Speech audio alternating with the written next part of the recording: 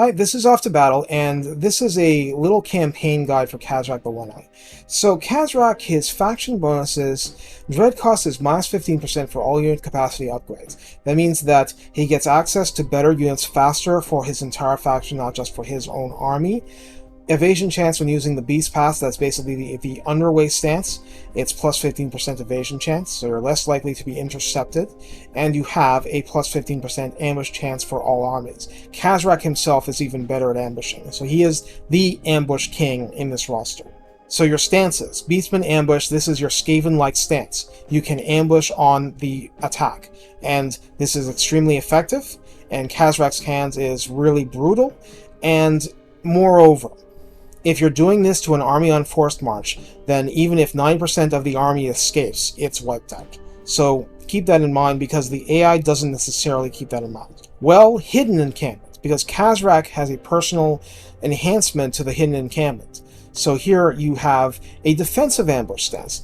This is a 100% chance of ambush base, and that's fine because, some characters have bonuses against being ambushed, so how much that they get ambushed, it varies greatly. So it's in this stance that you are immune to most attrition. You get your bestial rage -1, that's trivial. Hidden until discovered. Now if you're discovered, you will come out of this stance, so any benefits that you had, such as healing your units, will end if you are discovered, and that includes if you are ambushing an incoming opponent. Once you ambush that opponent, you come out of your hidden encampment stance. So that's very important to remember if you're in vampire territory. This is also where you build your buildings. So in this, I can take this building and go build the toxic grounds for Jabberslice. That gives me access to the unit. It doesn't increase the cap. That's for the dread unlocks. I covered that in a separate video.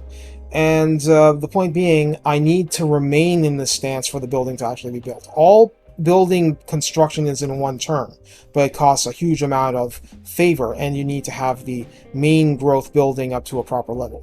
That's what this growth mechanic is for. It's not for anything else. You don't need growth in order to build any of these other buildings, but they are very expensive. This is the use beast paths stance. So like this, I basically teleport. I could teleport right here. This army would have a chance to intercept. If we were at war, we are not. We are not in very good relations, but aversion -100. Wait a minute. Hostile deteriorating. Total attitude value -847. Trending towards -1000. Okay, they don't like me much. But anyway, so this, they may intercept, and then I either win or I completely get wiped out. So I don't use this that much, but I can also go through impassable terrain. Not the Great Bastion, but the Great Bastion isn't anywhere around here, so it doesn't matter. And then raiding. And here's the thing. What's the penalty for raiding my own territory? Nothing! I don't have popularity to worry about. Beastmen don't revolt, so it doesn't matter.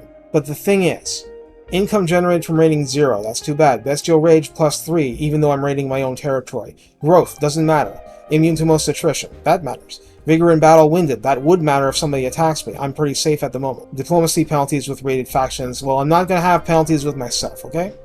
Winds of Magic Power Reserve, +10 per turn. I am guilty of forgetting about this a lot. So if you have low winds of magic, you want to be raiding even if it's your own territory to get that up, if that's your main concern. If your main concern is being attacked, well, no, you want to be in hidden encampment. So raiding is how you deal with the horrible luck of being in provinces with calm winds of magic, because your brave shamans become basically worthless with, like, if this is, instead of 105, it's 20. I've been in situations where it's been 20. But about that, when you have a situation like that, you can take the Blind Eye of Seeing and get the Cygor summons. This doesn't require winds of magic, and it never miscasts.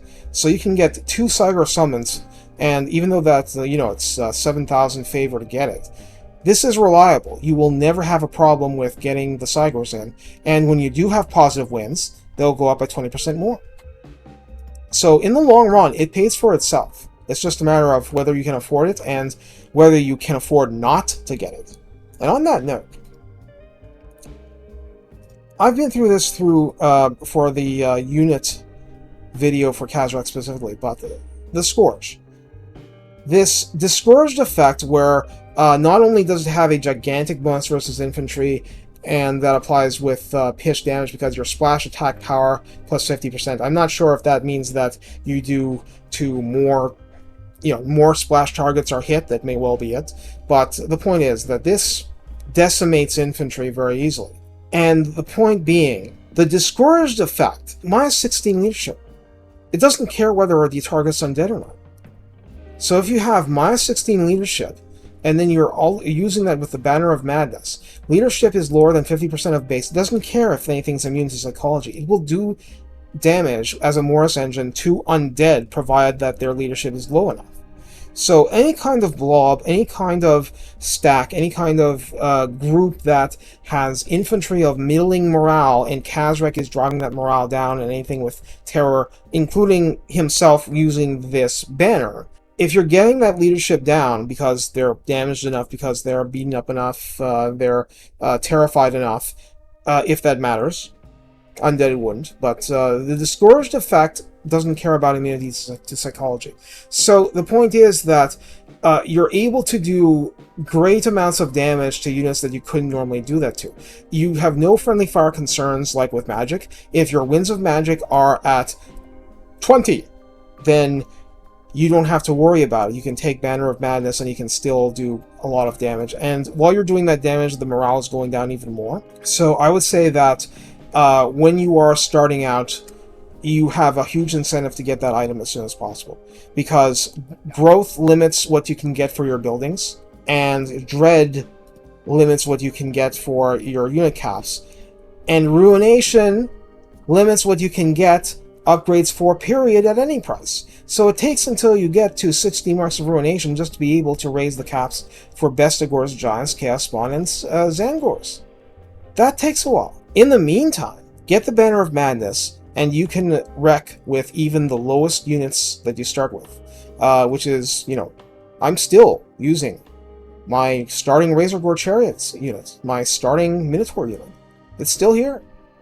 I got the ROR for the Krox Mana Rippers because they're just that awesome. I mean, I don't even have the Gorble buffing them. Here's the Gorble. But even outside of battle here, without Primal Fury going on, just with Khazrak's buffs and what they get from being rank 9, 55 melee attack. And that would be against, regular targets. They have a bonus versus large. It gets stupid. Here's my top Bestigor herd, the original one. Here's ones that I added from spending quite a bit of dread to unlock these. Raise their casts. 46 melee attack.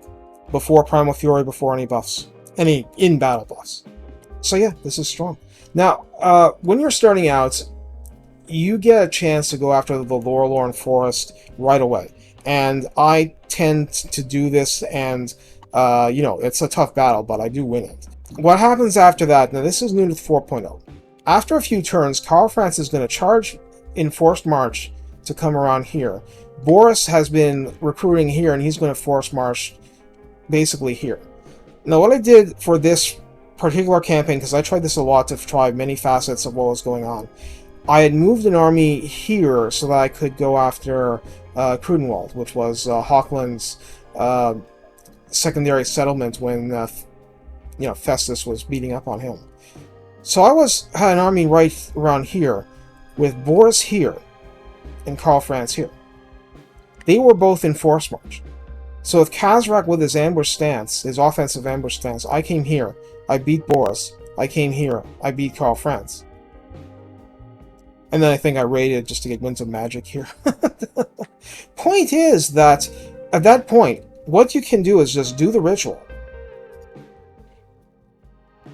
And then abandon the settlement. Abandon the settlement. Now the thing is that once you do the ritual, nobody can settle in places like this, and yes, at some point I went against the Greenskins, I don't care. Nobody can settle here until the controlling Bloodground Herdstone is destroyed.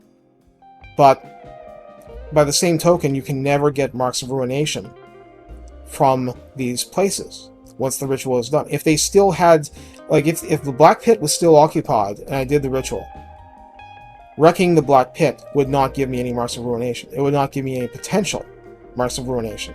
I would have to destroy this, rebuild it with one of my armies, which is for free, which makes the army winded, and it would be vulnerable if some Louis the Ill came rushing up and attacked you on that same turn. And the garrison would still be weak for a few turns anyway, as it rebuilds its strength. But after that, somebody sells here, or it's still sold, you can get Marks of Ruination by erasing them, and then doing a ritual later. Somebody resells this one. Wreck that, do the ritual. I mean, at that point, you want to be greedy and just, ruin this here, this here, this here, and then you can do a ritual, and you can get something like 32 marks. And then you move on. And if you don't move on, you just wreck this again, whatever it is, rebuild it, and then anything here that's within your range, you wreck it, and then you can do a bigger ritual. So here, Averheim is vulnerable for this purpose. Well, I say vulnerable. It's a full stack, and then 10 garrison. That's a major operation. The Moot here, it's a built-up city, but I can get 8 Marks of Ruination by sacking it, so I want to sack it. Festus has been good to me. I do not want to mess with him. I have not tangled with Greifenwood yet, but, they're in the way. And Vlad's been mean to me, so I want to utterly destroy him. That's fine. That's fair. So, Vlad was number 1 until he messed with me. So the point is that once you get to an area where you could get more marks, now the thing is that there are various approaches, but for example, if I click this, then everything that's marked red from clicking that would be vulnerable to ruination. Now, I don't need to go straight to founding a Herdstone. I can raise this and have another army, or the same one, come in the same turn and settle this. And the 10 that I would potentially have gotten will be credited to me with the new Herdstone as long as it's in the same turn. But of course, then the army that does it is vulnerable to being attacked. That's why you want multiple armies when you're doing that sort of stuff. You can put an army in, if I had an army in ambush here for somebody to come up, from that corridor to my vulnerable Herdstone creating army, and I catch them with ambush, then they're going to be completely wrecked. So that's the spirit of the campaign. Keeping 3 armies together is a really good idea once you get multiple army access. Or if you send them around, like if I had reason to believe that I could get away with sending this here, and then use Khazrak to go here and then here, I could do that. I mean, I don't have an incentive to because of the Bloodgrounds region's situation. But you want to take advantage of having multiple armies within the same general area because you usually have your secondary armies filled with a lot of, I don't want to say trash for everything, but Ungor Raiders only take you so far. And I have a lot of infantry here good at taking out Empire weak stacks. The Empire was recently destroyed. I mean, I recently got Call of France the rest of the way out of the way. So this could take care of a lot of vampire stuff okay-ish, but what's my armor piercing from? It's from Tuskgors, Razorgore Herd. That's it. I mean, magic potentially a bit. Well, he has his mount. The Wargore has his mount. But this is a very weak army for armor piercing damage. That's something to consider. I'll have to change that. But I can. This one has 2 giants in it. So I could share a giant with that side. These are the sorts of things that you do. And for Khazrak himself, well, he's got 3 regular Bestigors. He's got the ROR. He's got 2 Razorgore chariots. He's got the Sons of Goros with great weapons. Throwing axes, which are armor piercing here. He's got 2 Razorgore chariots here. The Minotaurs with a Manor of Gorok, which was the result of a misclick. I'm not kidding. Then the Gorbull, then Khazrak himself, and as a complete last gasp, the Brave Shaman of Death that I started with, because he has a mount that gives him armor piercing, and of course he's got a Lure of Death, which is direct damage. So there's lots and lots of armor piercing here. But a lot of this could be changed. A lot of this, if I went and traded with this army and got these Ungor Raiders into Khazrak's army, he would immediately boost them by a lot more than what they are now. They would inflict poison with every attack, every ranged attack included. Ranged, it does poison. So, it's not that there are wrong decisions here. It's that it's what can you get away with at a certain point of time. Now here, how I leveled him, I went and did all the special Beast Lord stuff first. And I went like, for example, Manbane, which is a big boost to his own personal capability. And then you have Crown of Horns, and that gives weapon strength to the entire army. Bloodlust increases your armor-piercing weapon damage. That can be very good with particular units. Partly Khazrak himself, the Razorgore Chariots, for example, Voice of the Dark Gods, he's got crazy leadership boosts. Fueled by Blood increases speed and vigor loss reduction for everybody because that combines with Feral Fervor. So fatigue builds up at half the rate of normal for the entire army. It gives Stalk to Gore's Best of Gore's Chaos Warhounds, Razorgore, and Harpies. It's just nuts. Strider for the entire army. So there's stuff. Now, his personal line, you have him making him even more the Ambush King. Underhoof, you get extra benefit from a reinforcement range. Chance of being intercepted is less. This is what turns his infantry into completely unhinged offensive juggernauts. This is what makes a creature army viable with him, but the thing is that you don't need to focus on this. This is best for a rebound army. But if you can just put a bunch of Bestigors there and a bunch of other stuff, as long as you can deal with enemy cavalry sufficiently, as long as you can deal with enemy armor sufficiently, you're in a pretty good shape for no matter what you do. Manslayer, I mean, that's the main thing here is the magic item drop chance and steal chance, because that just gets... You don't need the blue line with him at all. You can get it, but you don't need it. I built up to this one here, Banquet of Flesh, because on a Razorgore, which is, you know, a Razorgore chariot, speed 88, I mean, his melee attack, even without charging, is 76. Even though his melee defense is like this, he's far, far, far less vulnerable to missile spam. Weapon strength, and it's armor piercing, and that's before using the special ability of his Scourge weapon. And the charge bonus is 167. This is before getting into battle with Primal Fury. So this would go up to 81, and his weapon strength and his charge bonus would go up by 10%. So he's like 180 something with charge bonus in battle. The point is, this isn't late campaign at all. This is turn 55. So this can include a lot more big single entities. I have, as a transition, going Centaurs. I have seen for myself, yes, these guys have less accuracy, and it's very noticeable if you only have the one ROR trying to finish off, let's say, a lord of small size on foot, or merely on cavalry, on horseback. It's like they're drunk all the time. Grog hooves, they are drunk all the time. So there's a reason that they're inaccurate, but the thing is that they inflict poison, so in a wolf pack of Centaurs with throwing axes, they'll slow down an enemy unit that's chasing them, like Right's Guard, or, anything that's a big bad cavalry that wants to squish them, and they'll slow that target down because of the poison, while throwing axes into their heads and chests and whatever. It's very effective. So, you can do a lot with Khazrak, but the bottom line is, the benefits to the faction mean you have an incentive to use this aggressively. You want to unlock more and more units of higher and higher power. You just have to remember a few basic things. You have to have somebody dealing with the enemy cavalry. If it's your spearmen, fine. If it's Minotaurs with great weapons, fine. But somebody's got to do it. As long as you have your basics covered, you can get a lot more aggressive. I mean, cavalry, I can just ram Razorgore Herd into, and I'm not afraid of the results. So it's just cover your bases, have some idea what you're going to do, and you can make a lot of work. And make sure that you are willing to raid for Winds of Magic and make... the Lore of Death is a lot better now just because they fixed the Purple Sun. It's effective now, it does its job.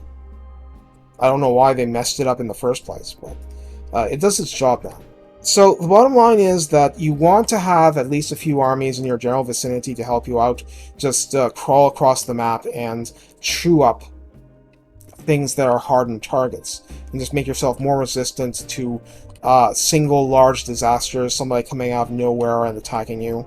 And a lot of the time, you're dealing with people who are, AI factions that are rushing into the fray, forced march from God knows where, walking into your ambushes and getting completely wiped out. It happens a lot. And if they have movement that renders them like short because they don't actually see you, and you just switch to your offensive stance, a lot of the time you will ambush them, just going at them like that. And that's the basics of the campaign. I do tend to go for Outdwarf early because Karl Franz is already trying to wipe me out, so I want to do the same to him. It's difficult to go this way and deal with some factions like Bretonnia, not because of it being Bretonnia so much as because you've got these vampires here. You don't necessarily want to tangle with it in an early stage. You've got the Wood Elves, you've got the mountains. Yes, you can get one unit past with the Beast Paths, but doing that and surviving the retaliation, it can be very complicated.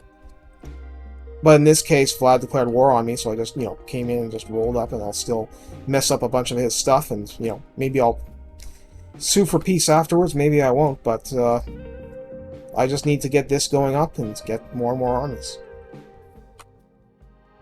That's basically the Khazrak campaign, and as you go, eventually, once you get more army capacity, you start getting more of the Confederation options going, and